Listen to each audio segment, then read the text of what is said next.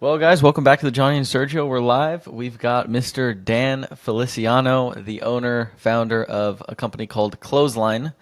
So, Clotheslyne, but spelled with a Y. We'll put it down in the description below. Really excited for this one because a lot of our listeners that listen to this, and a lot of you listening, either own a cleaning business, a remote cleaning business, are interested in starting a remote cleaning business, or just home service in general. And what's really cool about Clotheslyne is they pick up and deliver your laundry using contractors. So it's I'll let Dan explain. But Dan, welcome to the pod. Excited to have Yeah, you. thanks.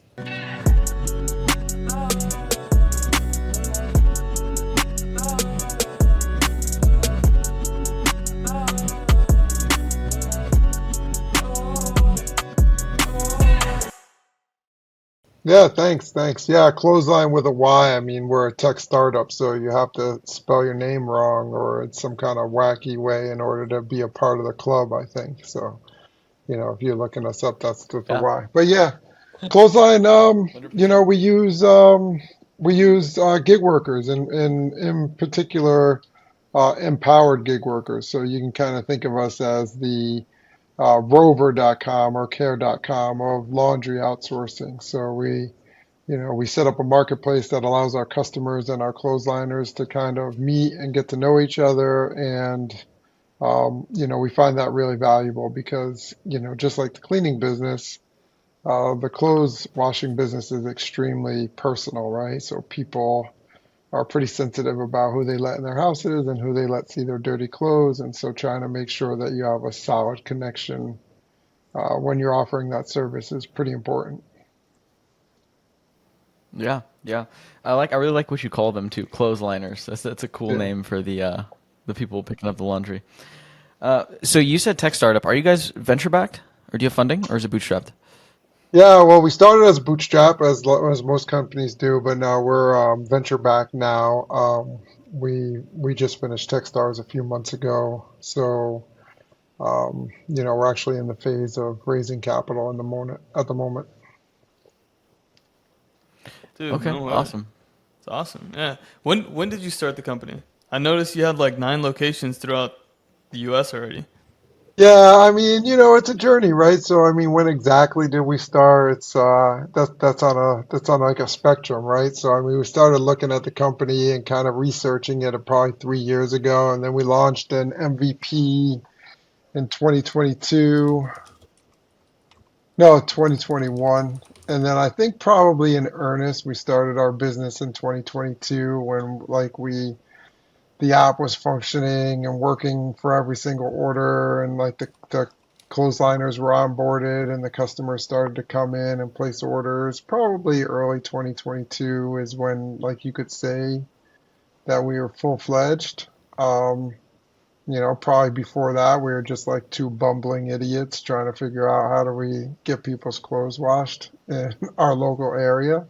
But yeah, since then we've grown. I mean, laundry is universal, right? I mean, it's one of those things that every single person on the face of the earth has to do, without exception. So uh, growth is not an issue.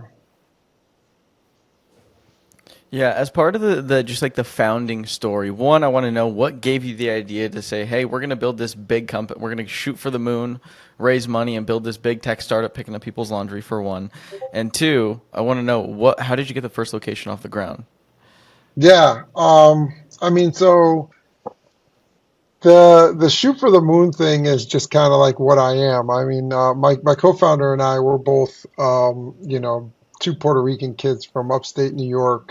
Really, we come from very blue collar backgrounds, but our families just don't see the world that way. So, since a very young age, we were both raised to kind of be the best that we could possibly be and to kind of push the needle as far as we can. So, I went off. I was a helicopter pilot in the Marine Corps, and then I went and worked for an oil company and lived all over the world. My kids were born.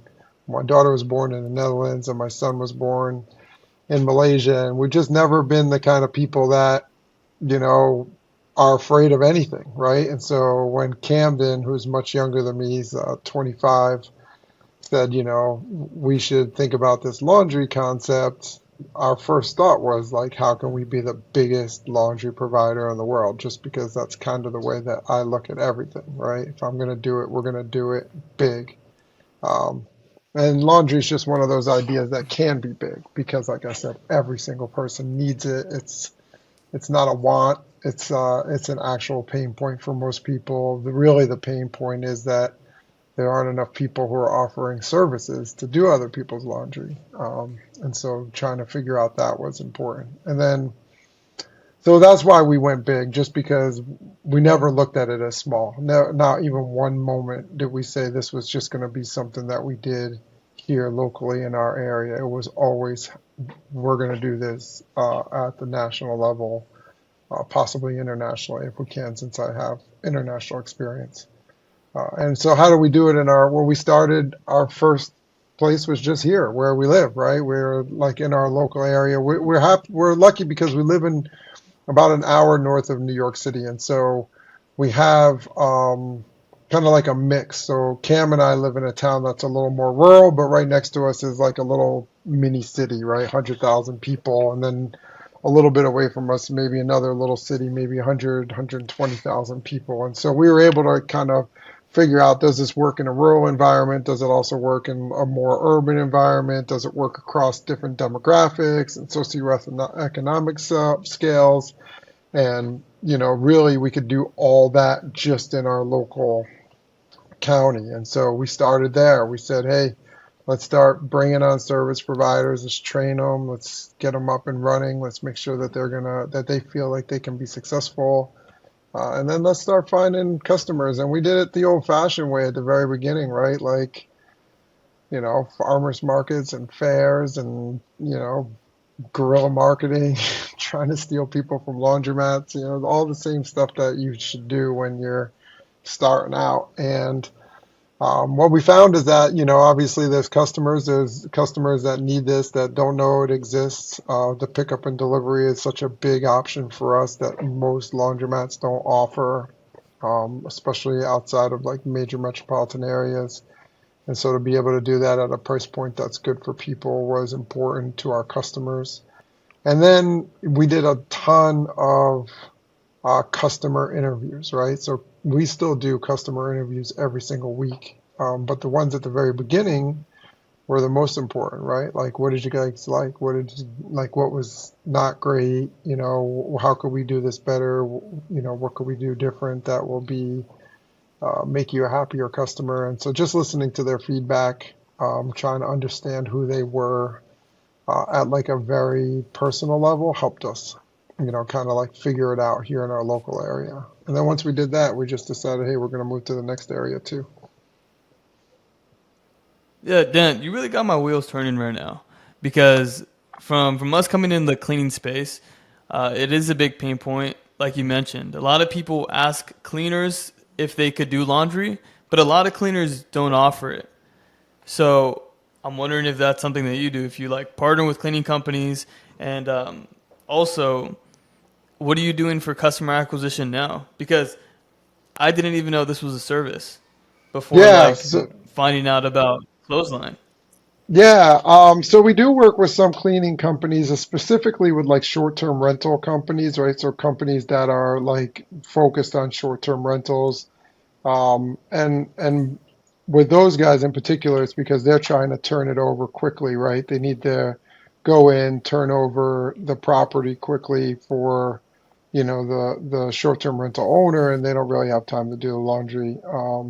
And so then we work with them to provide our service to the owners. And so then and then we have clothesliners that will hold on to a set of linens, for a week. And so then when they go in the next week, the linens are ready from the last week, and then they deliver the new linens, and it helps with the turnover from short-term rentals. Um, we haven't really worked with a lot of like one-off cleaning companies or cleaning people. It's always been something that's kind of been on the horizon for us, just not something that we've actually like kind of dug into, but it's definitely something that we know there's an option there. Um, yeah, so that's how we did that. So yeah, cleaning companies have always been a great ally to us, and we love working with them. As far as how do we get customers now, it really depends. We still do a lot of guerrilla marketing, right? We still do, um, very one-to-one stuff where, we try to reach out to customers after they place a first order. We still try to like engage customers after we see them come on board and maybe fall off.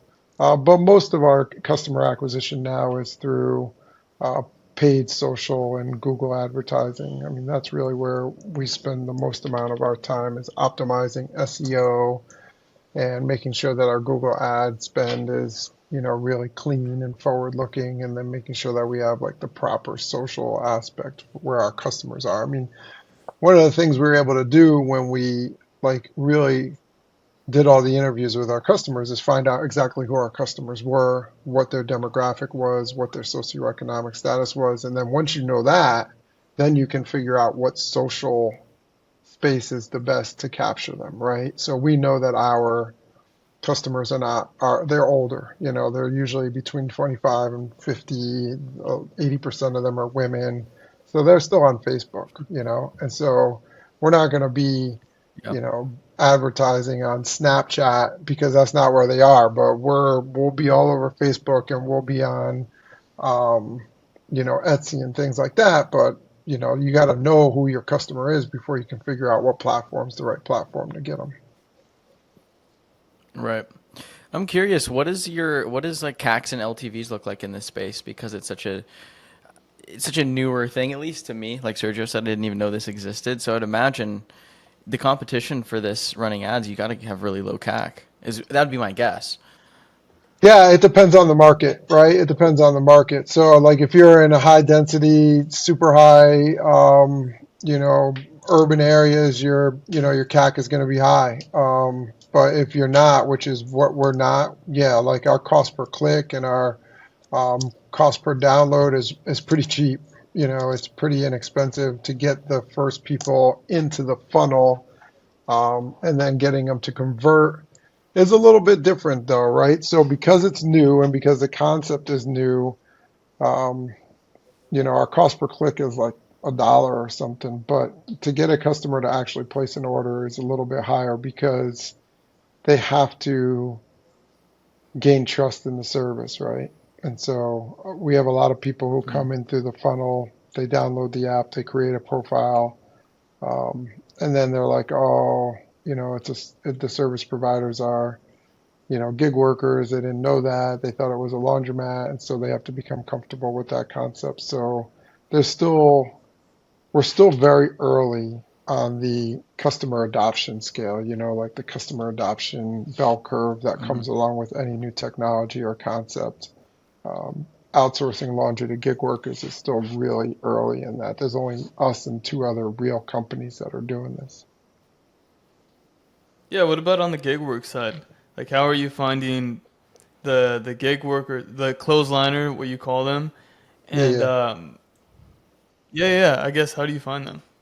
Yeah, I mean, we do it through Indeed, and we run just free ads. We don't spend any money really on acquisition. I mean, one of the great things that's happened is that the gig economy has been validated through, all the gig companies that have come before us, your Ubers and your Rover and your Care.com. And so a lot of people are already actively looking for a gig opportunity. And the clothesline gig opportunity is a premium opportunity, right? Like you pick up the laundry like on the day that it's set to be picked up, and then you have between 24 and 48 hours to complete it and return it back. And so like if you're looking to make some extra money and you want to do it from home, this is really the only option that you have that's you can do at any time over 24 to 48 hours. Just got to make sure you get it done right, and you can fit it, into your day. So a lot of our clothesliners, they'll pick up the laundry from the customers while they're dropping their kids off for school or taking their kids to a soccer practice or something like that. And so it's this a really amazing opportunity for a lot of new people in the gig economy. Like I said, 80% of our service providers are women, which means that, this is an opportunity for them to enter into the gig economy. They don't have to be driving around all over the place delivering food or driving somebody home drunk at 2 o'clock in the morning. Like they can literally do this on their own time. So finding clothesliners is not that big a deal. We have to vet them, make sure that they're going to be responsible with other people's clothes, make sure that they can pass, some functional testing. But otherwise, it's pretty simple. Yeah, so from our end, we've helped start over 1,500 cleaning businesses using this exact model, except on a more local level where like Dan comes in, hey, I want to build a business. We'll show you how to do it. We'll show you how to hire contractors. And now you run this business in, let's say, here in Las Vegas, and very traditional. There's no app or anything, but it is gig workers in a way because we're hiring contractors, and so you can work part time, you can work full time. But one main thing that we do teach is how to use Indeed and how to use Indeed to hire these people. So I'm curious to hear what the clothesline process is because you guys are growing pretty quick. You started in 2022. Now 9 locations. Like, how are you scaling that onboarding process? Because we find it to be a major bottleneck for a lot of our clients and a lot of our students. Yeah. Is scaling the acquisition of contractors. Yeah, I mean it's a job. I mean there's sometimes when all Camden, my co-founder, runs that side of it. There's some days where he's just on the phone with uh, prospective service providers all day long. And yeah, I mean that's what it comes down to. It's a time suck. You got to make sure you got the questions down right. We have because ours is app based.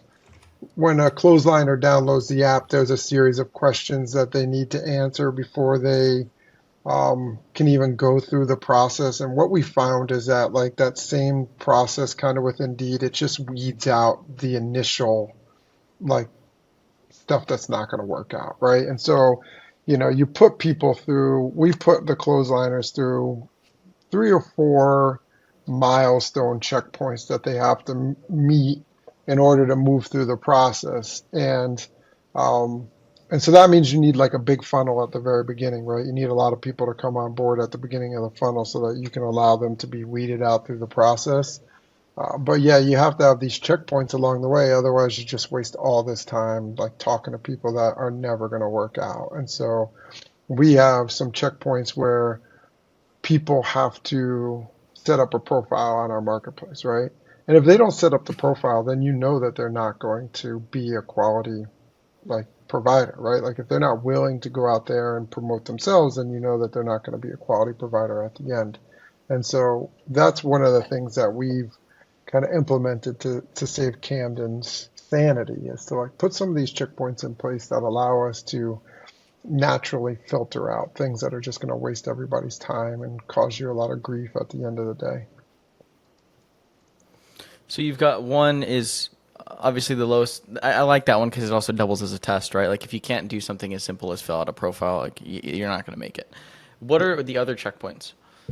Yeah, so the other one is we require them to like do a load of laundry. I mean, in your case with the cleaning, it would require them to like clean a room, right? And show us like what you did. It could be any room, and the laundry is their own laundry. It's like we're not telling them to do a customer's laundry, right? So it's like, hey, do a load of laundry and show us the folded end product of this load of laundry. And it's amazing. Like people will fall off on that phase. And so, it's just like these, and they're small tasks. That's what I try to say is like, make sure they're like So small, do they have achievable to? tasks. What's that? Yeah, do they have to like? So they do the laundry, and then they take a picture of it, and they have to send it to you, and then you look at that, and you're like, oh, this is folded in properly. Let's cut them. Yeah, yeah, not really, we'll cut them, but it's like, hey, if you want to be successful on our platform, this is what the customer expects, right? Like everything should be folded, uniform, and then you should try to take some time to organize like men's clothes and women's clothes and kids' clothes. And it's not because like that's what we expect you to do. It's because over the last 3 years, the clothesliners that are successful on our marketplace, that get the biggest tips, that have repeat customers, that have subscriptions, they're the ones who take the time to fold everything uniform and simply like do their best guess at what's a grown woman's pile of clothes, what's a grown man's pile of clothes, and what's a child's pile of clothes. And if you can do something that simple, you're going to be successful. And we'd let them know, hey, listen, this is for your own success. If you do this, you're going to get tips, you're going to get repeat customers, you're going to get subscriptions, and it's going to be to your, worth your while. And if you don't, you're not going to last. Like, you're not going to be happy because you're not getting tips and you're not getting repeat customers, and your customers aren't going to be happy, which means, our service, our customer service people are going to be dealing with that all day long. What's like an average amount of money a clothesliner's making on your platform? And on the higher end, like what are you seeing for clothesliners? Yeah. I mean, most clothesliners, they generally want to do about 5 customers a week. And so the average order is about $40. And so most of the clothesliners are making $200, $300 a week. We do have some super clothesliners that like are like eating up every single order that comes through, and they'll make, I think our top earner last year made like $30,000 doing laundry in their spare time at their house. So, this guy's Wow. really what you want to set it at. You think there will be a six-figure clothesliner at some point? Yeah, I think so. I think so. I think that, I think we have some clothesliners on board, like I said, super clothesliners who have put like a laundry machine in their garage, and they just, they take every single order that comes in, and they're like letting us know, if you guys have more business, we'll put a second washing machine out there in the garage. But Wow. so I mean, yeah, you have guys who and people who love the gig environment, right? They love the freedom of the gig environment. They love the fact that they can kind of do things on their own, that they can be their own little boss, that they can create their own little book of business. And we love people like that, that they do good work, and they have people coming back, and the customers are happy. Yeah, we get this question a lot, and it's someone who's interested in coming through our business. They're like, I really like what you're doing, but I'm worried about my contractors taking my customers. So I want to put that back on you. How do Yeah. you prevent clothesliners from being like, hey, just go through me, forget about clothesline? Yeah, that's called disintermediation. I did not know that word. An investor asked me, "How do you deal with disintermediation?" And I was like on the call with him, and like I got my computer on the side, and I'm like freaking Googling like disintermediation and what the hell that is. Um, I just typed but it to yeah, Sergio right now because I would say that. yeah. So it's called disintermediation, and the way that we deal with it is by really empowering our clothesliners, to create a repeatable business on our platform, right? And making sure that they're happy with the way that we treat them, um, and then like you don't have to worry about it, right? Like dissatisfaction. I mean, there's an old saying, and I'm probably gonna butcher it, but it's something like, employees don't leave companies because of the company, they leave because of the managers, right? Like there's an old Yeah. saying about that, and that's one of the things that we kind of believe in here at Clothesline. It's like, if you treat people with respect, if you get them good business, if you pay them what you're supposed to be paying them properly and timely, they're not going to try to steal your clients, right? They're going to respect the fact that this is a two-way street. Every single transaction has somebody who is responsible for this and somebody who is responsible for that. And so, we don't really deal with a lot of turnover on our clothesliner side, and we don't really deal with a ton of turnover from our customers, um, who are like our regular customers. Now, on top of that, there's an old saying as well, that trust but verify, right? So, we have back end algorithms that let us know if one clothesliner, is constantly only getting one order from customers, and then the customers never place a second order. And so, you can monitor that stuff and kind of check in every once in a while to see if something's like that is happening in the market. But really, if you treat people well, then they stick around for a long time, and they appreciate being treated well. Hey, let me just interrupt real quick to tell you about Home Service Academy. It's the company Sergio and I run. Home Service Academy is essentially a business in the box where our team will actually roll up our sleeves and help you build a house cleaning business and run it completely remotely from anywhere in the world, from dirt to however big you actually want to take it. To date, we've helped over 1,500 people start and grow their existing house cleaning businesses all across the US and Canada. It's something we've gotten very, very good at. And if you've been looking to dip your toe into entrepreneurship, whether that's to go full-time in a business, to replace an income, or just build a side hustle that produces you an extra whatever amount of money you want to make on the side, on top of your current 9 to 5, then click the link in the bio and book a call with our team. It's completely free. And at the very least, you'll see what it looks like to actually run one of these businesses, the time commitments, the amount of money it costs to actually start, and every good and bad thing that can come with running one of these. So again, if that's something you're interested in, click the link in the bio and let's get back to the pod. Yeah, that's a great point. Well, so I'll tell you what we do.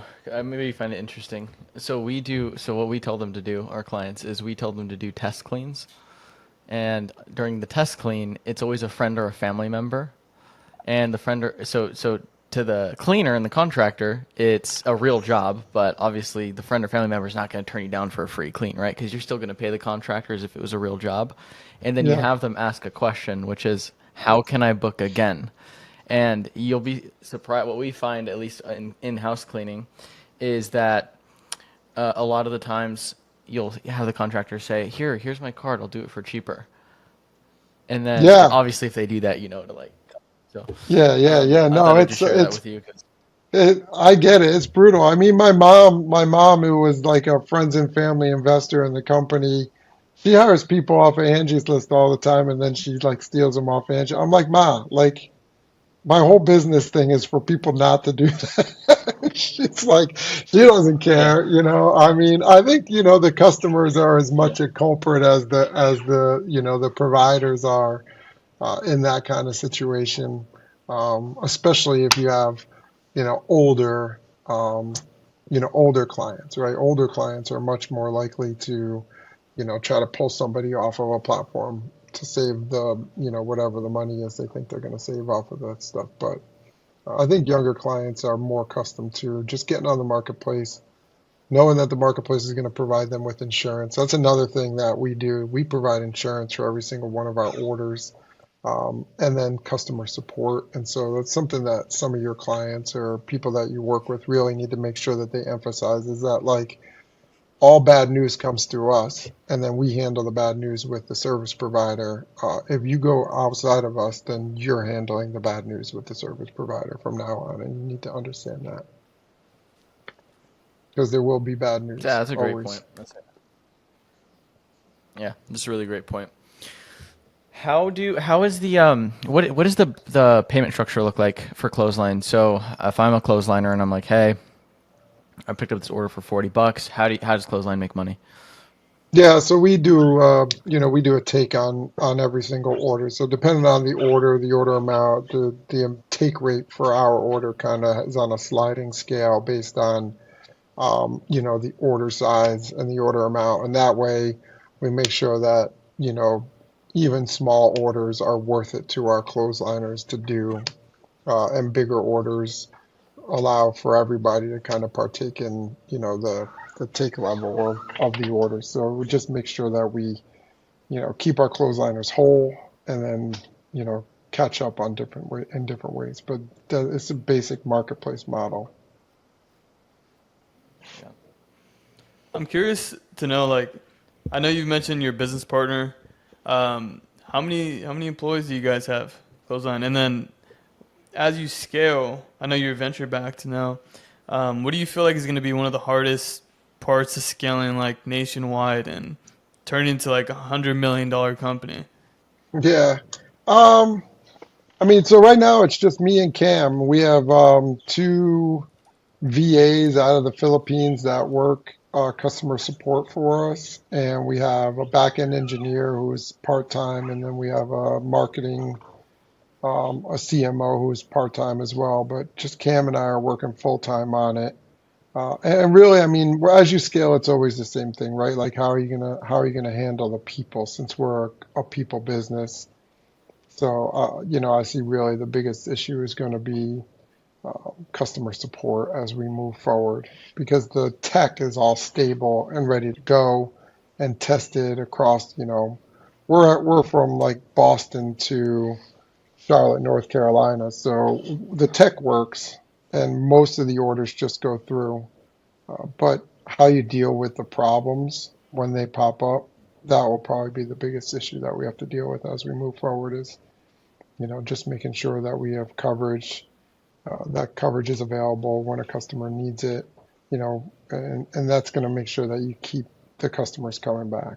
So I think that'll be our biggest challenge. Yeah. Yeah, Yeah. we have a core value at our company, and it's Chick-fil-A level of service. Yeah. And we just know in the cleaning game, or just in any business that we've ever had, customer service is so important. Yeah, I'm older than you Yeah, guys. I and mean, it's I can tell just by looking at you, but I use the Zappos model, right? So Zappos became famous just because before Amazon Prime had free shipping and all that stuff, Zappos was doing free returns and free shipping and customer service like at a elite level way before Amazon was, and that's how they became, dominant in their industry. It was really they just took care of people and made it so easy to place an order that you were stupid not to place an order. So we try to do that same thing with our customer service. yeah. Zappos is a really cool business. I really like what Tony Shea did with Yeah, you're out there in he would LA pay and you in Las to quit. Vegas, yeah, right? Yeah. Yeah. Yeah. He had the whole downtown project going on, but he would literally pay you to quit. He'd say if you don't like this after I think it was like 30 days or something, I'll pay you $5,000 to quit to make sure that he hired the right people too. So, yeah, Zappos is a great company to model after. And also too, what we realized after starting all these cleaning companies, running our own cleaning companies, using contractors and not employees, is that it's just a staffing and recruiting business at the end of the day. So if you can scale your staffing and recruiting, you solve pretty much all problems because it's a service business and your cleaners or your clothesliners in your case are your product. So if you're just willy-nilly hiring anybody that can do some laundry, well, that's a great way to build a terrible reputation. Yeah. Yeah, I mean, it's a people business, man. Like anytime you're customer facing, it's a people business, and people are finicky and especially like, when it comes to cleaning your house and when it comes to cleaning your clothes, like people, they have this expectation of how they would do it, and then that's their expectation about how you should do it, but better, right? Like, I could clean my house, but I'm choosing to have you do it because I need it to be done better. And if you can't do it better, consistently, then it's not going to be a great model. Same thing with laundry, right? Like, oh, I can do my own laundry. I'm only outsourcing it because I don't want to do it. I don't have the time to do it. And I hope that you do it better than I do. So you have to have people that can. Yeah. I'm curious too, what is market is this would this be considered a marketplace business? Yeah, yeah. It's a two-sided marketplace. So so marketplace business, correct me if I'm wrong, marketplace businesses are valued when you go to exit on GMV, right? I wish. Or is it I still wish on it revenue? was. Yeah, it's still on revenue, man. Like when we first started this business, Okay. GMV was something that people throw around, and it's still like a KPI that Cam and I have pride in. But nah, man, it's about revenue. When you're raising money, when you're doing evaluation, when you're looking at um, potential exits, it's about revenue, and then it's about multipliers of that revenue. Yeah. So, do you have a number where you're like, hey, or I guess a better question is what is the big vision for Clothesline? What do you guys want to, where do you guys want to take this? Yeah, I mean, we want to change the way that people look at how they do laundry, and Mhm. we're not like we're not egomaniacs in that we think that clothesline, is the only way to do it. We're happy to like join forces with a couple other companies and just re-look at the way people do laundry and how you get it finished. But our option really is the only option that's scalable throughout the whole entire United States, like the way that we're doing it with the gig model. So, I see us being available throughout the country just in the same way that Uber is available or DoorDash is available really throughout the country. Now, this gig model is the way that things are moving, and we're at the forefront of it. Yeah. Yeah, I think it could be a humongous business. I mean, we're in very similar spaces, so I get you're doing it at like a national level though, and questions we get all the time are like, can this scale? How big can I take this business? So again, I want to put that back on you and say, remove the venture funding. You're bootstrapping this all location by location, no venture funding. How big do you think you could scale it on your own without any venture capital? Uh, yeah, I mean, I think that you can continue to scale anything as high as you want to go, but it just takes a lot longer without money, right? So you have to develop Yeah. every market one at a time. The only thing you really get out of venture money is the ability to do a lot of things at the same time.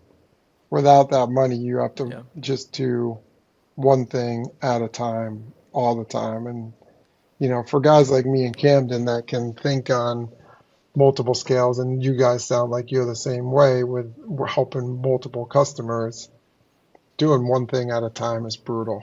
Like, I want to do a lot of things all at the same time. But yeah, I mean,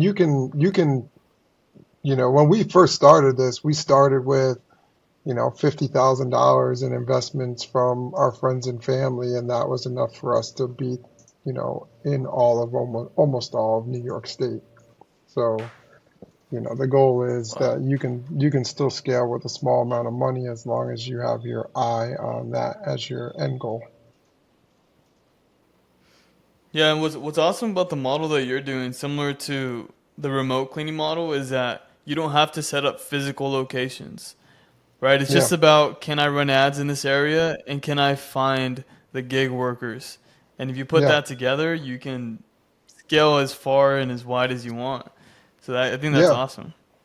Yeah, and I mean, like, it all goes back to what I said at the beginning, is like laundry is universal, and the concept of outsourcing laundry. I mean, the Romans outsourced their laundry, for crying out loud. I mean, people have been outsourcing laundry forever. It's just there's a supply problem. There has always been a supply problem within the United States to outsource laundry because there's just not enough laundromats, and laundromats are in urban areas, and the population doesn't always live there. So providing supply to a problem that already exists or finding supply and monetizing it, that was really what was our aha moment, right? Like we were really just like, hey, it's just about a supply. And if we can do that and figure out where the supply comes from, then we should be able to fix this thing.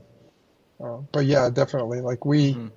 we're here in upstate New York, about an hour north of New York City, but we got orders going on in Providence, Rhode Island, Reno, Nevada, Vegas. We're in Vegas. I mean, they're going on right I have now. to try you guys out. Yeah, check us out, man. We're Vegas is one of our interesting markets. It was our first major metropolitan market. And so it was a learning curve. It was a learning curve. And then, because so many people are transient in Vegas, it's been interesting. Yeah, it is. It is a unique city for sure. But no, I'll have to try it out. I'll give it a shot because dude, doing your laundry is annoying, man. And I have really Yeah, small washers and dryers in this apartment, and it takes me forever to do loads because the washer and dryer is so small. But it's in unit. I'm not gonna go get new washers and dryers, you know. yeah, So definitely solves a problem I have. I just didn't know it yeah. existed until we met, obviously. Um, have you heard of a company called Can Monkey? I don't know if I have or not. I don't know. Sounds So they're familiar. based in Scottsdale, and think of it, it's just clothesline, but for taking trash cans out. So kind of same concept, and they're in Yeah. I want to say they're in like 10 states, probably similar size. But we're gonna have them on the pod. I think they'd probably be cool people for you to meet. Um, But yeah, super similar business model. I found it very fascinating. I'm curious, have you had, because you started 2022, it's been almost 3 years now. Have you had a fetal position moment Oh yeah, where we you're had just one of like, those. man, Yeah, so like I think that like we have one of those like every 6 months. There's one of those happens every 6 months where either Cam and I have to take a whole week of working from home. Like normally we work here in an office together, and we've been looking at each other, like physically looking at each other for the last 3 years. And there's probably one time every 6 months where things get a little heated, and then I'm like, just work from home for the rest of the week, Cam, or something like that. But, um, generally it has to do with something goes wrong with the tech, and we didn't realize it. And it's like 2 weeks, and then we're like, what the hell happened? And then we're like, oh, the one time that happened to us, it was our OTP wasn't working, right? So we had all these people downloading the app, and nobody was creating profiles, and we're like, what the F's going on around here? And it's like, oh, we go on and we check the app, and everything's working, and we check it again, and then just so happens that like my wife downloaded the app or something. She's like, oh, I can't get on. I'm like, oh, you got to fill in your OTP. She's like, oh, I didn't get an OTP, and we're like, oh fuck. And now we've got like 2-3 weeks down the road, revenue's down, everything's down, those kind of things just kind of kill you. And it really depends on mhm. like where you are in your site, on like your op cycle, on whether or not it's going to be something that really kind of throws you for a loop. Um, so we had that, and then one time we had somebody quit, and that was really rough. It was one of our developers, and that was kind of a tough situation to be in. So yeah, I mean, we have it. One of the things that I say to most tech founders or most startup founders, you too in general, like it's not so much the fetal, but like the loneliness, like the epic loneliness that you have as a startup founder. The fact that Johnny, you and Sergio are the only two people on the face of the earth that know how hard it is to run your company. Like even if you're married or have a girlfriend or a boyfriend or whatever, like, they will never, ever, ever know how hard like you guys are working, and like all the things that are happening. And every person that you probably work with to help start a business, they'll be the only person that fully knows how hard what they're It's funny. doing It's is. funny you say that. I I saw this TikTok and it was like a funny TikTok where he was like when you got $7 in the checking account and you have payroll due tomorrow and you got to take your girlfriend to the pumpkin patch because you guys were gonna go on that date or something. It's like Yeah, so funny. But yeah, it's true. yeah, It's true. Like me and yeah, Johnny are the only ones that know how truly hard it is to run this company. So yeah. And you're the only ones who I feel will that. ever really care about it. Like me and Camden are the only two people who will ever 100% care about this company. Like my wife loves me, and I'm sure she wants me to be successful, but she doesn't freaking love Clothesline the way that I do, or the way that Camden does. So it's hard. It helps having partners though, for sure. Like I couldn't imagine. I've known Sergio since seventh grade. We've been best friends since seventh grade, and we've been in business together for 7 years now. Um, and I can't imagine doing it on my own. I don't know how people do it on their own because it's Yeah, I already don't know. lonely enough and hard enough as it is. But having the partner there, because you get to celebrate when times are good, and then when times are bad, you at least have someone to share the blows Yeah, with. yeah, yeah. No, it's great. It really is necessary to have that extra person. As solo founders, like God bless them. It's hard. Yeah, definitely. Well, I think that's a good place to wrap it. Is there anything that we didn't ask that maybe you want to share? No, no. I mean, this has been great. I mean, I enjoyed talking with you guys. Like you said, we have similar models and concepts. You know, I enjoy talking about clothesline in general, but I also like to talk to guys who are out there making it happen. It sounds like you guys are not only making it happen for yourself, but for other people too, and that's pretty awesome. So, thanks for having me. Yeah, I mean, we have a network of hundreds to like over 1,000 cleaning companies throughout the U.S. and Canada. So if somebody wanted to reach out to you and like I don't know partner up for something, where Yeah. could they find you? Yeah, no, they can go to clothesline.com. They find me. If it's somebody who has a cleaning company anywhere in the Northeast or over in Nevada, they can email me at Daniel at clothesline.com. Like we can set up shop in, really no time at all. So really anybody who's out there looking for some help on how to figure this thing out, tell them to give us a call or shoot me an email. Okay. Cool. We'll put all that in the description below so people can easily contact you. But Daniel, dude, thank you so much for coming on, man. This was awesome. I think everyone's going to get a lot of value out of this, especially our audience because we're in such similar spaces. So appreciate your time. Thanks for coming on. And yeah, I have to keep us updated on the growth of Clotheslyne. Yeah, thanks a lot, guys.